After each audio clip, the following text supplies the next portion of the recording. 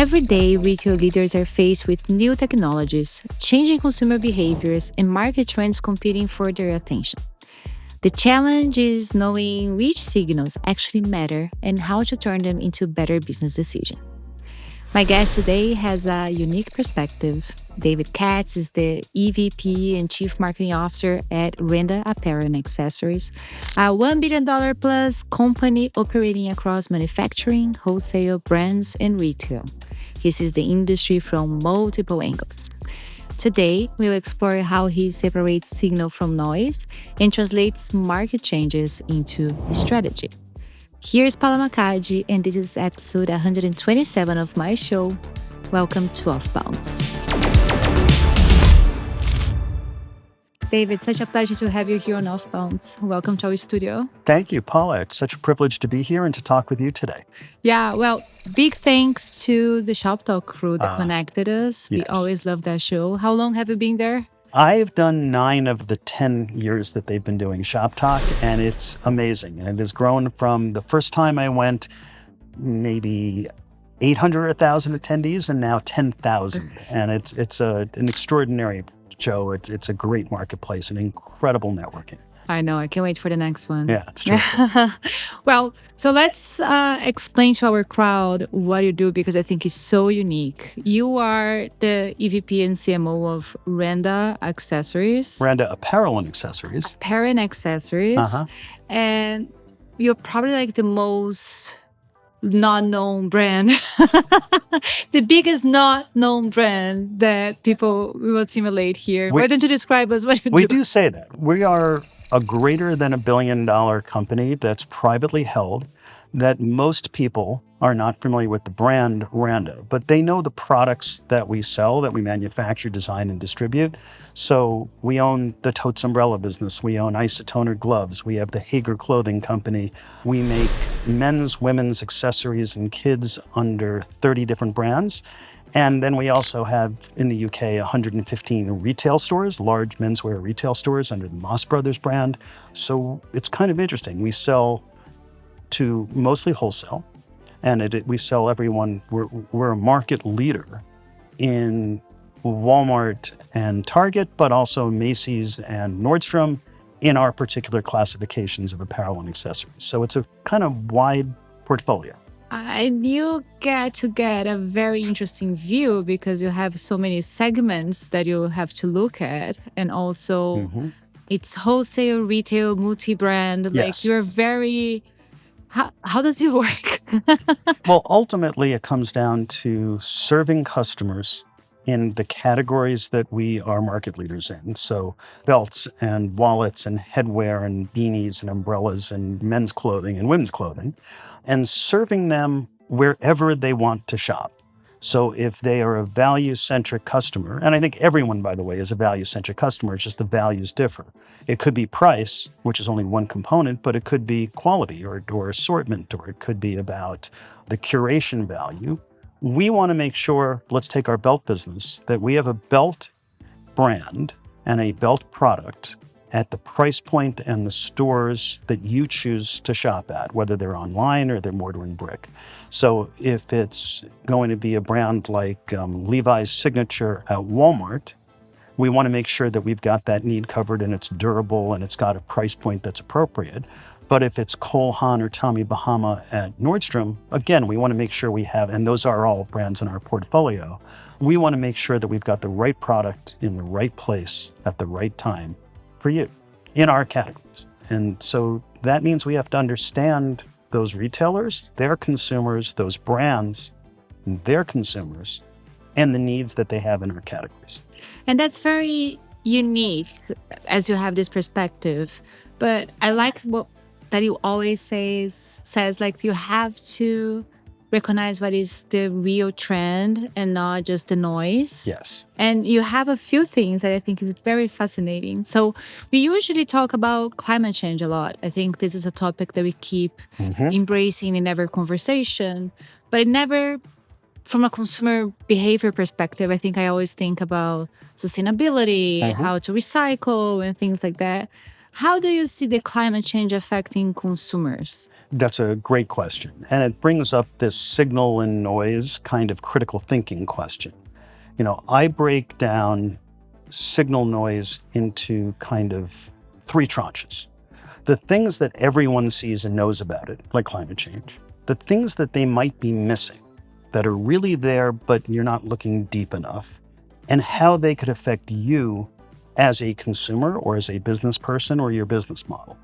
So I look at climate change through all three of those lenses. To your point, people see sustainability and ESG factors. We look a little bit deeper and we go, okay, how will changes in climate affect port closures? If there's a flood or a mudslide, or if there are wildfires, could that affect the ports that we export from or import into? And we do have this. We own the largest belt factory in the world, is located in Guatemala, okay? And they are surrounded by 7 very large volcanoes, and they have other types of climate issues that they have. We have another belt factory in Chennai, India, which we are fortunate to be high enough up in elevation that we don't get flooded. But the roads around us and from the port into our materials can be flooded. So we look at ports, we look at those, but that's only one factor. Most people, when they think about climate change, see, particularly if you're bicoastal, here in New York or California, you're thinking about floods and hurricanes. But the biggest effect actually in the United States are tornadoes through the Midwest. That's where the most dollars of damage and disrupted households exist. And in those regions, you can no longer get homeowners insurance. If you can't insure your home, the things you buy, the places that you shop, and the way you invest in things that are in your household are very different than they are in the rest of the country. So how does that have an effect? What does it do to where your data centers are located? How does this have to affect, obviously, we're in the umbrella business. Yeah. How do we plan for where to place inventory on umbrellas or on sun hats or on winter gloves from Isotoner? Where do you place those? How does your inventory move? How far ahead do you have to plan it? So when we look at things like climate change, we look at uninsured households and where you're going to need an umbrella and when, because we can sell a totes umbrella for $29 or higher when it's raining, but it's hard to sell it for $9 when it's perfectly dry. So how do you forecast and plan around that? How do you work the inventory flows around it? So these are the things we think about when we look at climate and climate change and shifts and locations of our distribution centers and how our associates get to work. Right, so that's just examples of looking one layer or two layers deeper. Signal from noise. Generally, when you look at large topics like climate change, there is a bias to look for the signal that confirms what you believe. Signals are the thing that challenges what you believe. And that's what you have to look at. You have to detach yourself from assumptions you already made. Yeah, hard to do. It is, right? It is hard to do, because sure. we're always looking for data to confirm our Correct. biases. Yes. Yeah. It's always safer to do that. and businesses today reward you for the actions that you take. They tend to punish you for the things that you look at as a what if that may not happen. You get rewarded for actions that generate revenues. You don't get rewarded for kind of mitigating risks or looking differently. So we tend to be biased towards confirming what works for us. Yeah. And if you sold something before to your board and your leadership, you just want to I wasn't wrong. Yeah, hey, look. Yeah. And if you were wrong, you kind of erase that piece from history. Yeah, exactly. Nobody saw that. Yeah, nobody saw that. Yeah. Another interesting one that I didn't see coming was the GLP-1. And I've seen GLP-1 coming. I think it's easy for us. We had guests here that are preparing the food and beverage businesses for the GLP-1 consumers. I think in fashion, we can totally see belts and pants and etc. Pieces, dresses. Everything that you're wearing Correct. in smaller sizes. But that's what everybody's seeing. That's correct.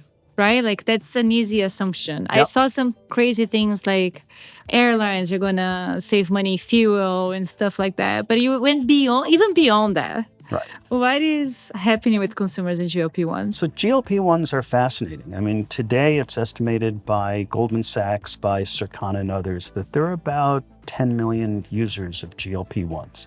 most of whom are paying about $500 a month after insurance for a medication you keep in your refrigerator that you inject into your abdomen. But rolling out, starting really right now, right, with the proper FDA approvals that we're seeing, and with insurance, consumers will be able to get GLP-1s for somewhere around $50 a month in a pill form.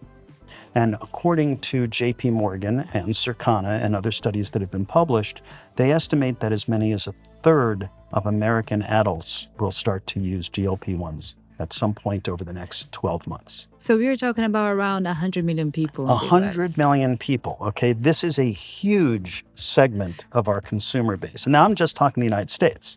Yeah. Right. This is also rolling out in Europe and Asia and Canada and Mexico and South America. So when we look at this, we go, this is a sea change. This is major. And you talked about clothing sizes. Yes. I mean, obviously, if people end up losing weight, which is the thing that everyone sees, okay, your sizes may change.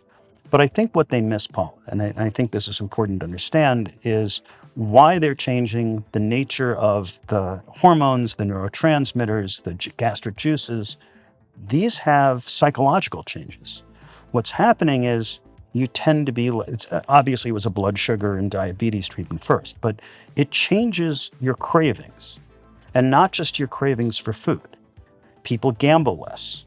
They're less interested in sex. They're less interested in going out and doing retail therapy shopping, which affects us. The places that they want to shop, the things that they want to buy, the attitudes they have about themselves are changing. Your coworkers are changing, and their behaviors and attitudes towards restaurants and food and clothing are fundamentally different. How do you think about that in your business model? Where will they want to shop? What will they want to buy? Is it just smaller clothes? I don't think if they don't have the impulse anymore or the... Correct. Yeah. So then you're still buying, but you're buying for a different reason. I started by talking about all consumers have values. They value things differently. You look at what they buy in supermarkets. I listened to one of your shows about Loblaws, which I love up in Canada. I was just there last week. You look at the types of the food that they buy or the type of drugs that they put, regular over-the-counter medications. And when do they go to a restaurant and what do they wear when they go there? What do your dressing rooms look like? What are they trying on? How should those mirrors and lighting be prepared for them? I mean, these are fundamental changes to how we respond to people on GLP-1s. And it's funny because I think it even... I obviously have a lot of friends on it. I think... Well, I don't know, obviously, but okay. I mean, yeah, you see it. You're in New York, okay? And it's not all medical reasons here. I'm in New York, exactly. Everybody wants to keep their weight down. But I think it changes the behavior of how we interact with each other over dinner. I am not on it. Mm-hmm. I like to eat. I need to eat a lot of carbs, so I practice my sports. But they don't. So you don't order that extra thing. Yeah. You cut your alcohol because you don't want to be the only one drinking and etc. Kind of there's a chain of behavior to that your changes. Point, those are the secondary effects of the people not taking GLP-1s. Yeah. What about when your coworkers are doing this? How do you relate to them? And what if their attitude towards cravings and things at the office are different? And Nobody's I'm talking eating about that chocolate afterwards. Well, it's chocolate, but what about their cravings for certain kinds of success? What about the craving that drives you to do something outside your comfort zone in a different way? So what if they're behaving differently? And then how do you respond to that? I mean, these are the things that when I look at something like a GLP-1 effect, and I look at these secondary kind of effects that are happening, what does everybody see? What are they missing? And what could it mean to me and my coworkers, my family, and my consumer? And how do I go to market differently? Great example. Yeah, but I have so many questions because everything that you are saying here are the questions you are asking for the conditions that might happen or might not. That's correct. These are questions. Yes. When do you get the answers and how do you analyze what the answers are? So I like to build scenarios around these what ifs. So we look at what if this happens? And then we go, okay, well, what would it be like if when people went into a store, they did A? What would it be like if they did B? What if they changed this? How will I know? And you don't want to wait until the report card comes in and your competitors are doing it or the market has shifted and you're 6 months to 12 months down the They road. already have a Right? warehouse They already full have a of warehouse full of this stuff. So what are the canaries in the coal mine? As I say, what's an indicator that would tell us that the GLP-1 is having this particular statistically significant effect? And what would I do if that happens? So I build a scenario that says, here is something that could happen with GLP-1s that accelerates this behavior. This is what I would do if that trigger event occurs, and I get prepared for it ahead of time. And then I watch for that canary. I watch for the trigger. Trigger happens, I respond by an action. This is hard to do because you're responding before your data tells you to do it. Your data sets, the stack that you use for technology, doesn't indicate things that have not yet occurred. It doesn't show you that. So you're And that means to be ahead. and that's to be ahead. And as you were saying, many of our brands and retail partners tend to look at a trend as indicated in prior experience and data. This is looking at it and saying, this will be future performance based on a indicator and a KPI I've targeted before the mass of it, before the big effect happens. This was the tipping point. This occurred. That means this is likely now instead of possible. And I'm going to act now. And that requires risk and reward. Risk and culture, I think, right? It's a cultural thing. You need to have your leadership on board too. You can be the only one making decisions. Yes. You are the CMO, but you have the CEO and CFO and everybody Yeah, else. they're so annoying, those other C people. Yeah. Exactly. We'll get back to that because I have more questions. Sure. But I want to go through more of the signals. Okay. What's another signal? Aging America. Ooh. I have seen so much about healthcare, how people need more healthcare professionals. And Aging America for me is a perfect topic to talk about healthcare, more hospitals, more houses, and etc. But again, you saw beyond it. What does it mean for a brand like yours? I think to your point, what does everyone see about Aging America? Yeah, we have more older people in the United States than before.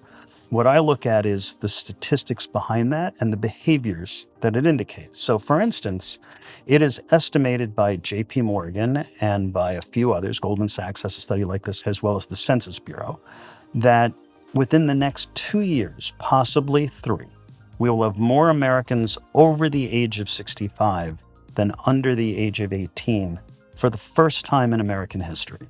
First time ever. That is not a segment. That is a huge market shift, right? So you've got this large population over 65 and a shrinking somewhat population under 18. So that's one. 70% of America's wealth is held by that older segment. So 70% of the money is up in that upper quadrant as well. And the other thing we're starting to see is they're healthier for longer. They age differently. They're not going quietly into the night. They're still shopping and spending some of that money, but they're also not moving as much. They're not selling their homes or moving out of their apartments. They're not downsizing or going to senior citizen communities or moving in with their children as much as they used to. They're aging in place. Now, why is that an interesting statistic? To me, it's interesting because the sale and purchase or move of your primary residence to a new one triggers more retail purchases in America than anything else. It brings you to Home Depot and Lowe's. It brings you to furniture stores and to refurnishing. It changes the clothes that you're buying and a fresh wardrobe. You're getting rid of some of the old stuff when you're packing up your boxes. If they age in place, what happens to their purchasing? That trigger doesn't occur. What happens to the people that were looking to buy or move into their home when the home's no longer available for them to move into? And so they're staying in place. And how does that change where you shop, what you shop for, and how you spend? The other thing I look at is as they start to age, as the population gets older and they get in, and it is one of those things that hopefully happens to all of us, the things that you want to buy, the copy on packaging that you're reading, the bending over to the bottom shelf to shop for something when you're in a drug or food store changes. How far away from your home do you want to shop? What are the retailers and the online platforms that you want to engage with? How easy is it to shop with them? How do they deliver to you? And what you buy is different than what you used to buy before, whether it's food or it's clothing or it's drugs or it's anything else, home furnishings, your furniture, the width of your doorways. All of these things are changing. This is a hugely underserved market by most of the brands and the retailers that I work with. Yeah, Because everyone's reaching, I've listened to your show quite a bit. Everyone talks about how do I get a younger customer? Yeah, now how we prepare for the Gen A, how we prepare for Gen B, but How we're many not of your preparing. interviews have, how do I prepare for an older customer? Zero. So I think we it's- had zero. Well, We don't now have you zero. have one, okay? Because I think that And there's a how are you market here. preparing for these customers?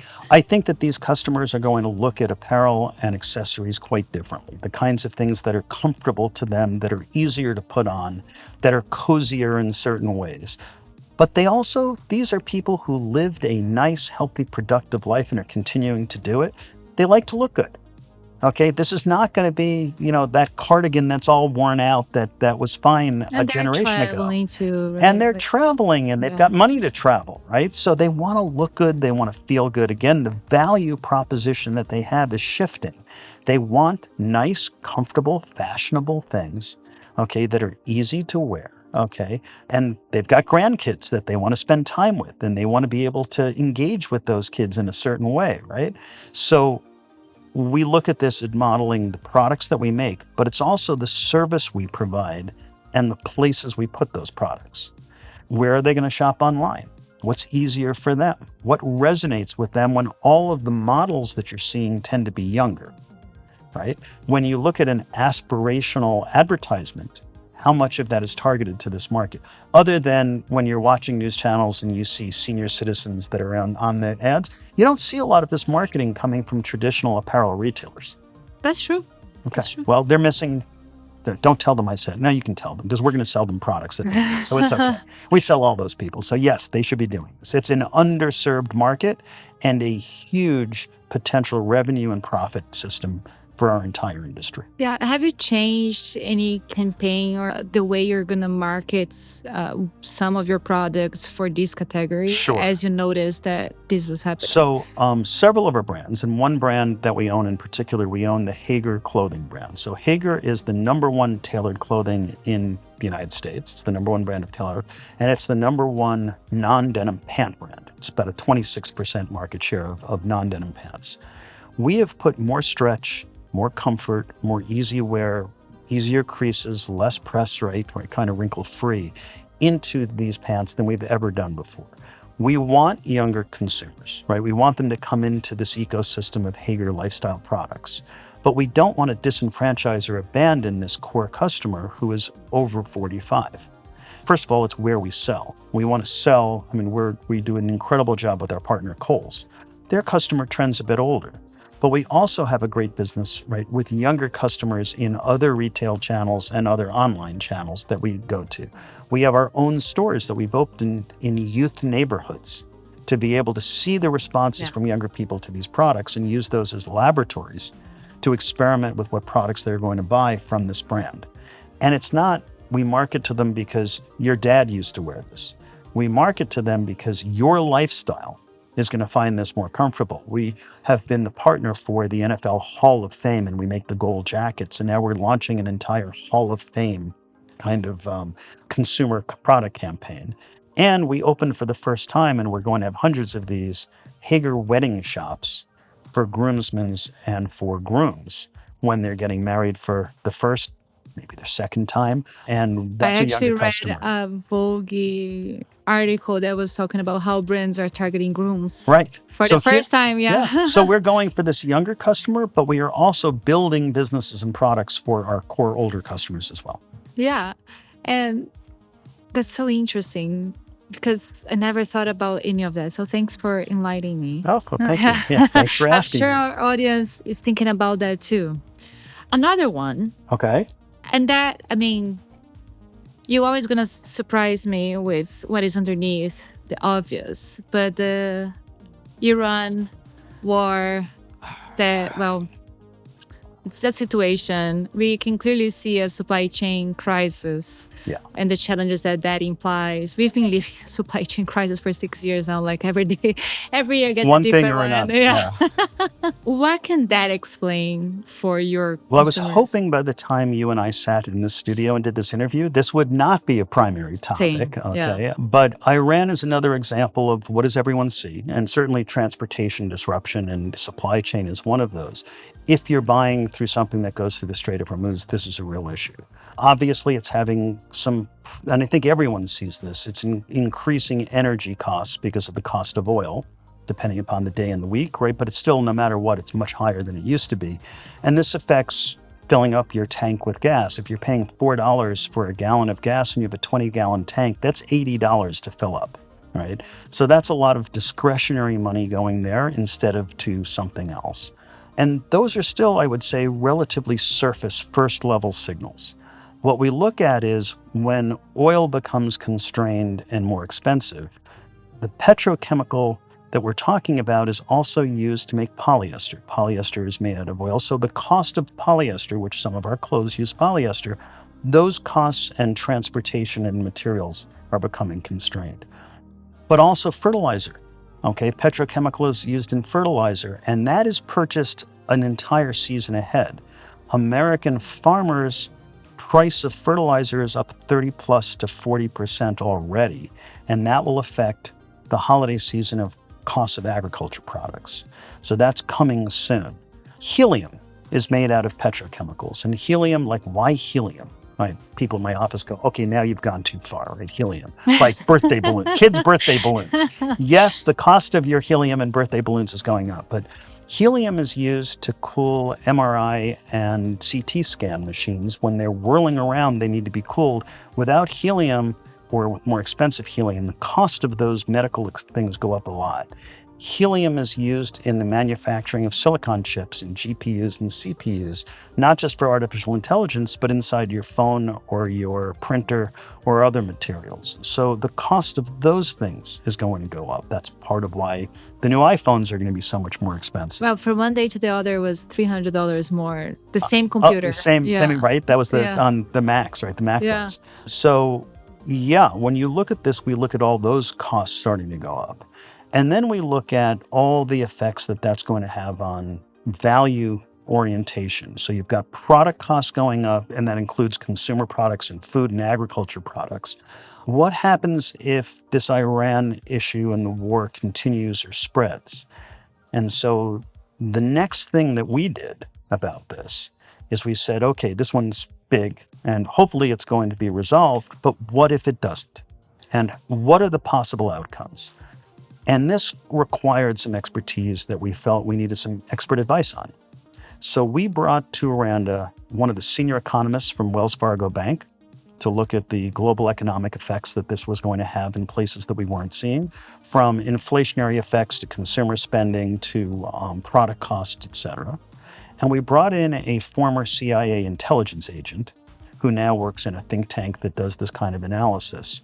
And we brought them in to create this kind of scenarios that you and I were talking about earlier. What if this continues the way it is now? What if, by the way, the other side of the Arabian Peninsula gets closed by Houthi rebels, and now you've got the Red Sea closed as well as the Strait of Hormuz, and now you've got another transportation issue. The Strait of Hormuz is mostly energy products, it's others, but it's mostly energy and gas, etc. When you go to the Red Sea, it's everything. Right? So now you've got, what if both of those straits close? Because you've got another narrow strait on the Red Sea side. What happens if that closes? What happens if Iran collapses and you have total unrest inside Iran, an unknown certain of who you're going to negotiate with and what the outcome is going to be? What happens if they negotiate a more permanent ceasefire? Do we return to normal and miss the fact that from now on, the closure of straits could be a political and military weapon? How do you build scenarios around those? So we did. And we looked at trigger points for those. And we looked at what actions we could take. And one of those actions we took immediately, which is concentration risk on product, on sourcing materials, is something that we can't afford. We need to diversify. So of all the core products we make, whether they're belts or men's pants or they're umbrellas, We will now produce them in 3 separate factories, at least, in 3 separate countries, in 3 separate parts of the world. That is not a magic solution because there are trade-offs involved. If you move your concentration and diversify that way, cost of goods, quality of goods, speed of delivery, there are going to be trade-offs. Those are the costs of this insurance policy that you're going to have to figure out while you build this up. And we have put a lot of CapEx into this. We've put a lot of resources into it. But we are less concentrated and more diversified. But there are consequences to do that. Of course. And when we look at this, many people don't realize that when the war started, the first thing that both sides did, maybe not the very first thing, but after those first missiles went off, was cyber attacks. So where's your data center? Not necessarily if you're on Azure or you're on AWS. There are plenty of backups. You can't really worry about that too much. That's a black swan. But what about your data? The data that you put in your DCs, the data of your transactions as a retailer, the data that you keep on EDI transmissions, your warehouse management data, all of that, okay, your cash register data. That tends to be held locally or regionally. What happens if there is a flood for climate change? What happens if there is a cyber attack? What happens if there's ransomware? What happens if something else happens to your data? Do you have concentration risk on your data centers? These are the types of secondary effects that we look at. And who owns it? I love that you shared how you invited economists and invited other professionals to design, to try this model so you can see different scenarios. But who is in the room when these scenarios are being designed or being talked about? Like what different strategies you're going to do for different scenarios? So that's a critical question, okay? And the answer is that we brought 150 of our managers into those discussions. We brought them offsite and had this discussion with our economist and with this intelligence agent. And we literally did workshops and models where we all sat down in groups and said, what if? What scenarios? So we have a large group of directors, vice presidents, senior vice presidents. So a large group across the organization, multidisciplinary, different AORs. They bubble this up so the awareness is there from the beginning. They're familiar with the scenarios. They look at these canaries and trigger events, and we come up with what are we collectively going to do if the following things advance to this point. So we're all in that loop together. And that was global. We bring these around the globe to come in. And then, yes, you need the CEO, CFO, CMO, right, divisional leaders to agree that, because there's a tendency for this to happen. Okay, that trigger event, that canary just fell over. Okay, this is going to happen now. We see it's going to happen, or we think it's going to happen because it's still not scaled by our data yet. We're going to take this very large, very expensive action, and someone goes, that's going to totally screw with my quarter's results. And so do you really act when you prepare and say you're going to act? And that requires C-level. And that's a good segue because I think you're also in a privileged position because you're a private held company. Correct. If you're a public company, you have your shareholders screaming to you, what happened to our results this quarter? It's an advantage to be privately held, so I don't have to share quarterly results. It's an advantage also, we are a greater than $1 billion, which is all we really share, company with basically no debt. So that means that we can invest in something that may not return. The diversification campaign will have value 6 months, a year, 2 years from now. The CapEx we put into factory development, okay, that could be 3 years out. We're okay taking a short-term capital hit on that, okay, for the long-term benefit of the company over time. And not all companies have the bandwidth, the balance sheet debt-free, a debt-free balance sheet like we do. And so they can't always do that. We also can look at, can we gain market share in this environment when all of the costs are going up and we look left and we look right, and material costs and transportation and inflation and all of this is, what if we don't raise our prices and everyone else in our industry does? Yeah. Yes, will that hurt our next couple of quarters? What's going to happen over time to our market share? So we are privileged to have those tools in our toolkit. Yeah, absolutely. I think you were particularly interested in that as somebody that likes neuroscience. Why Yeah. don't you tell us what was your experience with neuroscience? From age 7 until my mid-20s, I, really planned on being a neuroscientist, a neurosurgeon. And then I decided the brains I wanted to work with were the brains of executives and consumers in the fashion and retail business. And so I kind of did a pivot. But the concept of what makes people respond and behave the way they do has still been a passion of mine and something I study quite carefully. And one of the lessons that I learned was that people do not necessarily act what we would all call rationally, but they all have a rationalization for why they did what they did. But this irrational behavior is frequently predictable if you look at secondary and tertiary effects. And so you can look at, if people were 100% rational, when you go to market, all you would have to do is tell them the features and benefits. Here's my product, here's a fact sheet, here's the features and benefits, here's the price. I don't need to do anything else. A rational person's going to buy based on that. We wouldn't need marketing. We wouldn't need that. No, all you would need is a sales sheet, right? Yeah, That's all exactly. you would need. We'll see what happens with AI when all of a sudden you've got assisted shopping that's coming from agents who are looking at those stats and some things. How do you market that? We're all going to be on GLP-1, so we don't have the emotions anymore. Yeah. Well, we still have emotions. They're just different. I didn't say we lose. Yeah, I know. This doesn't flatten our emotions. It changes our cravings, okay?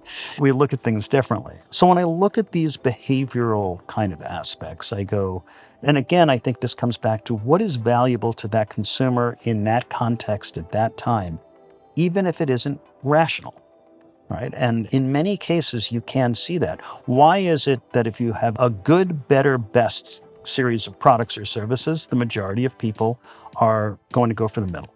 That's called extremeness aversion. And, Tversky and Kahneman kind of did their Nobel Prize winning thesis on this concept of you will avoid the extremes and that's not necessarily rational, right? It may be that the best product or the good product are the ones that are really better for your need. So how do you use that when you go to market? And how do you make sure that your margins are best on the good product or probably the better product? And when you make a comparison between the others, and that has to do with assortment planning, right? Normally, if you have two products, product A and product B, and you have too much inventory of B, you'll lower the price of B. But if you raise the price of A, you make the value proposition of B look different, and you can actually handle that differently. So sometimes the best way to sell more B is to raise A. And those are kind of behavioral economics. We had a shoe brand here. Their average shoe, it's around $400. But they had to have one partnership with a big designer for $800. So people will buy the $400 shoes more because now you see that they have, kind of like to sell the lower value, you have to have a bigger value in the same. Lots of studies, and I was involved in one of these, looked at restaurant menus for that shellfish platter that sells for $150 with the crab claws and the lobster and the clams on it. And you put that visually on the top right of a menu, which when you look at kind of analysis of behavior, that's the place eyes are going to go and where a lot of the more expensive products are going to be shown. The best way to sell that $150 shellfish platter is to have the deluxe one at $200, but not put a lot more in it. Just put a little more in it so that the 150 is clearly a better value than getting it looks such a good one deal. more crab claw for $50. Forget that. That will sell more of the 150s, right?